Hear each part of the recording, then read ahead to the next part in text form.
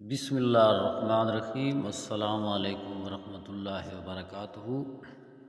سب سے پہلے درود شریف، اللہم صلی علی سیدنا و مولانا محمد وبارک وسلم وصلی علیہ۔ جی دوستو، آپ سے گزارش ہے کہ میرا چینل انبیاء کے معجزے سبسکرائب کر دیں تاکہ آنے والی ہر نئی ویڈیو آپ تک پہنچ سکے۔ چلتے ہیں آج کے موضوع کی طرف۔ آج کا موضوع ہے نبی کریم صلی اللہ علیہ وآلہ وسلم کا دیدار الہی سے مشرف ہونا۔ اس پیارے چمکتے تارے محمد کی قسم، جب معراج سے اترے تمہارے صحائب نہ بہکے نہ بے راہ چلے، اور وہ کوئی بات اپنی خواہش سے نہیں کرتے، وہ تو نہیں مگر وہی جو انہیں کی جاتی ہے۔ انہیں سکھایا اللہ تعالیٰ سخت قوتوں والے طاقتور نے، پھر اس سے جلوہ نے قصد فرمایا، اور وہ آسمان بری کے سب سے بلند کنارہ پر تھا۔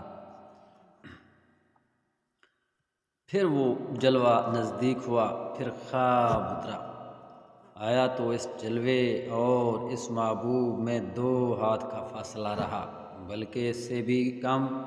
اب وہی فرمائی اپنے بندے کو، جو وہی فرمائی دل نے جھوٹ نہ کہا۔ دیکھا تو کیا تم ان سے ان کے دیکھے ہوئے پر جھگڑتے ہو؟ اور انہوں نے تو وہ جلوہ دوبارہ دیکھا سدرۃ المنتہا کے پاس، جنت المأویٰ ہے۔ جب سدرہ پر چھا رہا تھا جو چھا رہا تھا، آنکھ نہ کسی کی طرف پھیری، نہ حد سے بڑی، بے شک اپنے رب کی بہت بڑی نشانیاں دیکھی۔ اس پیارے چمکتے تارے محمد کی قسم، جب معراج سے اترے۔ اعلیٰ حضرت بریلوی رحمۃ اللہ علیہ نے یہ ترجمہ حضرت امام جعفر صادق کے اس قول کے مطابق کیا۔ آپ کہتے ہیں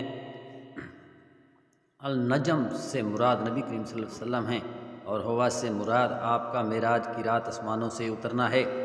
خیال رہے کہ ہوا کا معنی اترنا بھی اور چڑھنا بھی، اس لیے علامہ الوسی فرماتے ہیں معنی کے لحاظ سے یہ کہنا بھی جائز ہے کہ آپ وہاں تک بلند ہوئے جہاں مکان کی حدیں ختم ہو جاتی ہیں۔ اب معنی یہ ہوگا، قسم سے ہے اس پیارے چمکتے تارے محمد کی جو لامکان تک بلندیوں پر فائز ہوئے، اور تمہارے صاحب نہ بہکے اور نہ راہ چلے۔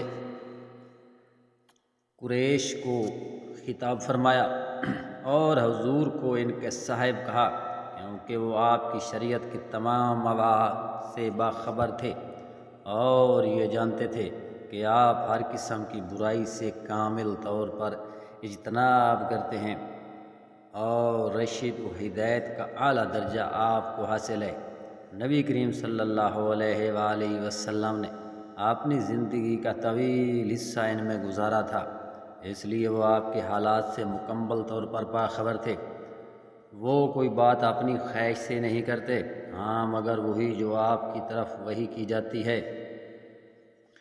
جب رب تعالیٰ کی طرف سے آپ کو یہ کہا جائے کہ جو چیز میں نے آپ کے دل میں ڈالی ہے وہی میری مراد ہے، اس کے بعد آنے والی آیات میں اختلاف ہے۔ جو جلوہ حضور پاک صلی اللہ علیہ وآلہ وسلم نے دیکھا وہ جبریل کا دیکھا، یا اللہ تعالیٰ کا صحیح یہی ہے کہ آپ نے رب تعالیٰ کو دیکھنے کا شرف حاصل کیا ہے۔ ترمذی شریف میں ہے کہ حضرت ابن عباس نے ذکر فرمایا، نبی کریم صلی اللہ علیہ وآلہ وسلم نے اپنے رب کو دیکھا ہے۔ اکرمہ رضی اللہ تعالیٰ عنہ کہتے ہیں کہ میں نے کہا اللہ تعالیٰ نے نہیں فرمایا نظریں اس کا ادراک نہیں کر سکتی، تو آپ نے فرمایا اللہ تعالیٰ تم پر رحم کرے، یہ اس وقت ہے جب کہ وہ اپنے اس نور سے تجلی فرمائے جو ذات کے درجے میں ہے۔ حضور نے 2 مرتبہ اپنے رب کو دیکھا، یعنی اللہ تعالیٰ کے ذاتی نور کا کسی نے احاطہ نہیں کیا، اس کی حقیقت تک کوئی نہیں پہنچ سکا۔ نفی اس معنی کے لحاظ سے ہے، یہ نہیں کہ کسی کو بھی طاقت نہیں مل سکی کہ اس کے نور کو دیکھا ہو، حضرت قتادہ حضرت عبداللہ رضی اللہ تعالیٰ عنہ سے روایت کرتے ہیں کہ عبداللہ کہتے ہیں کہ میں نے ابو ذر رضی اللہ تعالیٰ عنہ کو کہا کہ کاش میں رسول اللہ صلی اللہ علیہ وسلم کو دیکھتا اور آپ سے ایک سوال کرتا۔ انہوں نے کہا کس چیز کا کے متعلق تم سوال کرنے کی تمنا رکھتے ہو؟ تو انہوں نے کہا میں یہ پوچھنا چاہتا ہوں کہ کیا آپ نے اپنے رب کو دیکھا؟